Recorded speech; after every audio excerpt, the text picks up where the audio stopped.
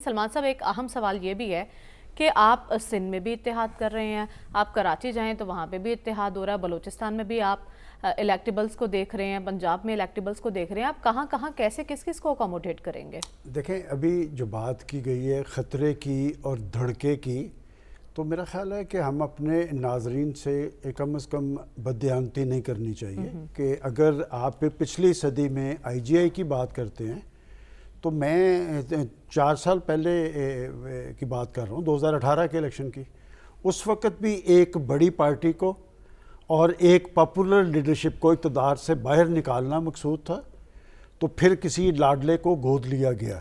اور اب آپ نے جس کی بات کی ہے، دیکھیں مجھے یاد پڑتا ہے کہ پی ٹی آئی کی حکومت کے خلاف عدم اعتماد کے وقت ایک فکرہ بڑا عام ہوا تھا کہ نون لیگ کی ٹکٹ چلتی ہے. اس وقت نون لیگ کی ٹکٹ جو چلتی تھی نا، اس کی وجہ ان کی مقبولیت تھی. لیکن آج جب پولیٹیکل پارٹیز نون لیگ کا رخ کر رہی ہیں تو آج کی وجہ کچھ اور ہے. اس لیے کہ ایک پرسیپشن ہوتا ہے سیاست میں، کہ ایک پرسیپشن یہی ہے کہ مسلم لیگ نون برس اقتدار آ رہی ہے. اور میں خود حیران ہوں کہ ابھی کچھ دیر پہلے پولیٹیکل پارٹیز رخ کر رہی ہیں نون لیگ کا، یا نون لیگ کو ضرورت پیش آ رہی ہے؟ سب سے دیکھیں میں جو بات کر رہا ہوں، جو چیز میں نے دیکھی ہے، جو میں آپ کو بتا رہا ہوں وہ ایسے ہی ہے کہ وہ کیوں رخ کر رہے ہیں، کہ رخ کر رہے ہیں یا رخ کرایا جا رہا ہے. دیکھیں پرسیپشن یہ ہے کہ وہ اقتدار میں آ رہے ہیں. اب یہ کہ وہ کل چودھری شجاعت صاحب کے ہاں گئے، آج جہانگیر ترین سے ان کی ملاقات ہوئی ہے. دیکھنا یہ ہے کہ یہ جو جہانگیر ترین صاحب کی پارٹی ہے نا، استحکام پاکستان پارٹی، یہ وہ منحرفین ہیں جو تحریک انصاف سے آئے تھے، اور ان میں بڑی تعداد الیکٹیبلز کی ہے. دیکھیں جو چیز میں محسوس کر رہا ہوں اس وقت، خود پاکستان مسلم لیگ نون کے سابق اراکین اسمبلی پریشان ہیں کہ وہ اپنے حلقوں کے مضبوط امیدوار تھے. وہ اس وقت آپ ایم کیو ایم کے ساتھ ایڈجسٹمنٹ ہو گئی بلوچستان میں. پنجاب کی سطح پہ جب آپ کاف لیگ کے ساتھ کریں گے، جے یو آئی کے ساتھ کریں گے، استحکام پاکستان کے اور استحکام پاکستان پارٹی بظاہر ان کی عوامی سطح پہ اتنی پذیرائی نہیں ہے، لیکن ان کے الیکٹیبلز ہیں. تو ان الیکٹیبلز کی جگہ پہ جب آپ نے اپنے امیدواروں کو پیچھے کریں گے، تو ایک تجربہ تو آپ ضمنی انتخابات میں دیکھ چکے ہیں کہ آپ نے اپنے امیدواروں کی قربانی دی. لوگوں نے ضمنی انتخابات میں استحکام پاکستان کے وہ امیدوار انہیں مسرت کر دیا. لہٰذا اس وقت پاکستان مسلم لیگ نون بڑے دباؤ میں ہے، اور اس دباؤ کے نیچے سے وہ نکلنے کی پوزیشن میں نہیں ہے. انہیں استحکام پاکستان پارٹی کو بھی اکوموڈیٹ کرنا ہے، انہیں کاف لیگ کو بھی اکوموڈیٹ کرنا ہے، انہیں ان سب کو اکوموڈیٹ کرنا ہے جن کے ساتھ مل کے انہوں نے عدم اعتماد کیا تھا. وہ اس کے تعدی ہیں. بلکہ میں تو آپ کو یہ بھی بتاتا چلوں کہ مجھے تو لگتا ہے کہ یہ سلسلہ آخری وقت تک جاری رہے گا. کسی حلقے سے پتہ چلے گا کہ نون لیگ والے کو پیچھے کر کے اس کو ایڈجسٹ کر دیا گیا. لہٰذا اس وقت مسلم لیگ نون بھرپور دباؤ کے اندر ہے. ٹھیک ہے سلمان میری باتیں جو ہیں وہ کھٹک جاتی ہیں، کر کے جلدی سوئچ آف کر دیا. اس نیج پہ پہنچنے کی تاریخ رقم ہوگی تو یہ بھی لکھا جائے گا کہ کچھ تجزیہ کار ایسے تھے جنہوں نے انہیں کہیں کھڑے نہیں ہونے دیا. وہ یہی کہتے رہے کہ جناب پوری قوم آپ کے ساتھ ہے، پوری قوم آپ کے ساتھ ہے. اور حالات اب یہ آ گئے ہیں کہ میں ابھی حیران ہو رہا تھا کہ پروفیسر صاحب نے سارے ملک کا تجزیہ کیا اور اس پارٹی کا نام ہی نہیں لیا، جس کے بارے میں ہمیشہ یہ کہتا ہوں کہ آپ پولیٹیکل لیڈرشپ کو اور پولیٹیکل پارٹیز کو زور زبردستی سے اس کا رول ختم نہیں کر سکتے. اور یہ بات ہم 2018 میں بھی پیٹتے تھے اس پروگرام میں، جب ایک پارٹی کو پاکستان پہ مسلط کرنے کے لیے سب لوگ تگودو کر رہے تھے، اور اس پولیٹیکل پارٹی نے اپنی لیڈرشپ کی نااہلی کے باوجود حوصلے سے الیکشن لڑا تھا. ان کو بھی دیوار سے لگایا جا رہا تھا، ان کے بندے توڑے جا رہے تھے، ان سے انتخابی نشان واپس لیے جا رہے تھے. وہ پنجاب میں جیت گئے، اور پھر جیتی ہوئی پارٹی کو اقلیت میں اور اقلیت کو اکثریت پہ مسلط کر دیا گیا. میں سمجھتا ہوں کہ یہ بات اچھی ہے کہ جی وہ جو ایک تاثر تھا کہ انتخابات کے حوالے سے خطرات، وہ تو ہو گئے ختم. ایڈجسٹمنٹ کی بات آ گئی تو آپ ایک بات بار بار کہہ رہی ہیں کہ جی نون لیگ جا رہی ہے. دیکھیں اگر شاید آپ کو تاریخ کا نہیں پتا کہ شجاعت صاحب اور نواز شریف فیملی کے درمیان ایک احترام کا تعلق ہمیشہ سے قائم رہا ہے، اور باوجود اس بات کے وہ اقتدار میں رہے، وہ ایگزائل میں رہے.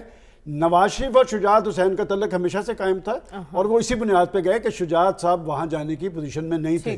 اور شجاعت صاحب نے ہمیشہ، دیکھیں ایک باہمی احترام کا تعلق ہوتا ہے کسی پولیٹیکل پارٹی سے بھی.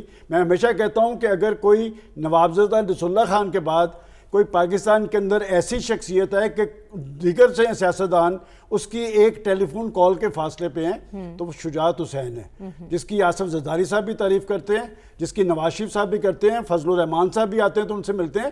میرا خیال کچھ لوگ ایسے ضرور رہنے چاہیے۔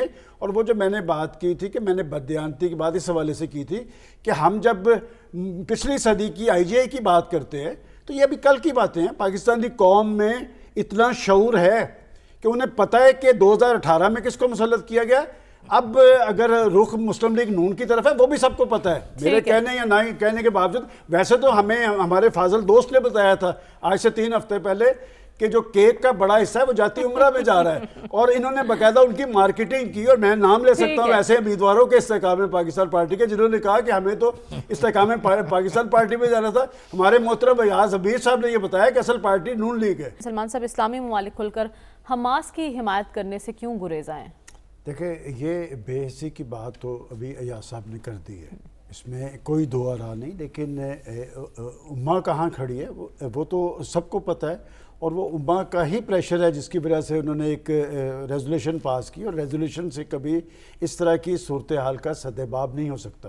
ایک گزشتہ ہفتے اسلام آباد میں ایک کانفرنس تھی جس میں حماس کے سربراہ نے ٹیلی فونک خطاب کیا، اور اس نے پاکستان کو مخاطب کر کے کہا کہ پاکستان کی ایک دھمکی کے نتیجے میں جنگ بند ہو سکتی ہے۔ ان کی اس بات سے ایک تو پاکستان کی عسکری اہمیت واضح ہوتی ہے کہ انہوں نے یہ بات کیوں کر کہی ہے، اور دوسری طرف ہمیں یہ دیکھنا چاہیے کہ پاکستان اس حوالے سے کہاں کھڑا ہے۔ دیکھیں، یہ بات جو ابھی کہی جا رہی تھی کہ اگر عالم اسلام نے اپنا ایک مؤثر رول ادا کیا ہوتا تو یہ کیفیت تو طاری نہ ہوتی، تو انہوں نے تو وحشیانہ بمباری کا سلسلہ ایک دن بھی بند نہیں کیا۔ اور دوسری بات، آج نیو یارک ٹائمز میں دیکھ رہا تھا کہ بائیڈن صاحب کی ایک ڈائریکٹر ہے جس نے کہا کہ یہ جو صورتحال طاری ہوئی ہے اور اس میں جس بے دردی سے خواتین اور بچوں کا قتل عام ہوا ہے، ہم کہاں کھڑے ہیں، ہم بتائیں کہ ہم اپنی قوم کو کیا جواب دیں۔ اور مغرب نے، میں سمجھتا ہوں کہ عالم اسلام سے زیادہ رد عمل ظاہر کیا ہے، اور یہ جو کہا گیا ہے کہ حتمی انجام وہی ہوگا، میں نہیں سمجھتا کہ حتمی انجام وہی ہونا ہوتا، تو بات 1-1.5 ہفتے سے زیادہ کی نہیں تھی، بات 9ویں ہفتے میں داخل ہو چکی ہوئی ہے۔ اور یہ جو رد عمل ہے، حماس کسی ایک تنظیم کا نام نہیں ہے، حماس ایک رد عمل ہے، ایک جذبہ ہے، اور وہ بھی تک وہاں پر بروئے کار آتا نظر آ رہا ہے۔ اس لیے کہ آپ آج کے اخبارات کے اندر دیکھیں کہ 154 ان کے ٹینک اور گاڑیاں انہوں نے ٹارگٹ کیے ہیں، اس کا مطلب ابھی ان کے اندر جان موجود ہے۔ اور بات یہ کہ سرزمین کن کی ہے، دیکھیں میں سمجھتا ہوں کہ کیا فلسطینیوں کا کیس پیش کیا گیا، اور جس اقوام متحدہ کے بارے میں ہم کہہ رہے ہیں، اور آپ نے اپنے ابتدائی میں درست کہا کہ وہ ریزولوشن، چونکہ کشمیر اور فلسطین پہ ریزولوشن بروئے کار نہیں آتی، جہاں پر امریکی مفاد ہوتا ہے وہاں پر وہ بروئے کار آتی ہیں۔ اور اس سے پہلے دیکھ لیں کہ سوڈان، مشرقی طرف جہاں جہاں ان کا انٹرسٹ تھا، اور اگر یہ فلسطین کا ایشو اسی طرح رہا تو یہ جو ایک عالمی امن کا خواب ہے وہ حقیقت نہیں بنے گا، یہ معاملات خراب سے خراب تر ہوں گے۔ اور ایک بات یہ کہ حماس آج تک رد عمل پہ کیوں مجبور ہے کہ کچھ نہ کچھ تو اس کے پیچھے بھی ہے۔ اور بات یہ کہ یہ جو پیوٹل کا دورہ ہے سعودی عرب کا اور مشرق وسطیٰ کا، آپ اسے ایک عام دورہ سمجھتے ہیں، ابھی آپ دیکھیں اس کے اثرات بھی آئیں گے۔ امریکی مفاد جو ہے وہ خطرے میں تھا اور ہے، اور اب کسی مسلم ممالک کو جرأت نہیں ہوگی کہ وہ اسرائیل کو تسلیم کرنے جا رہے تھے، تو پھر میں وہی بات کہوں گا کہ پروگرام تو بڑھ گیا۔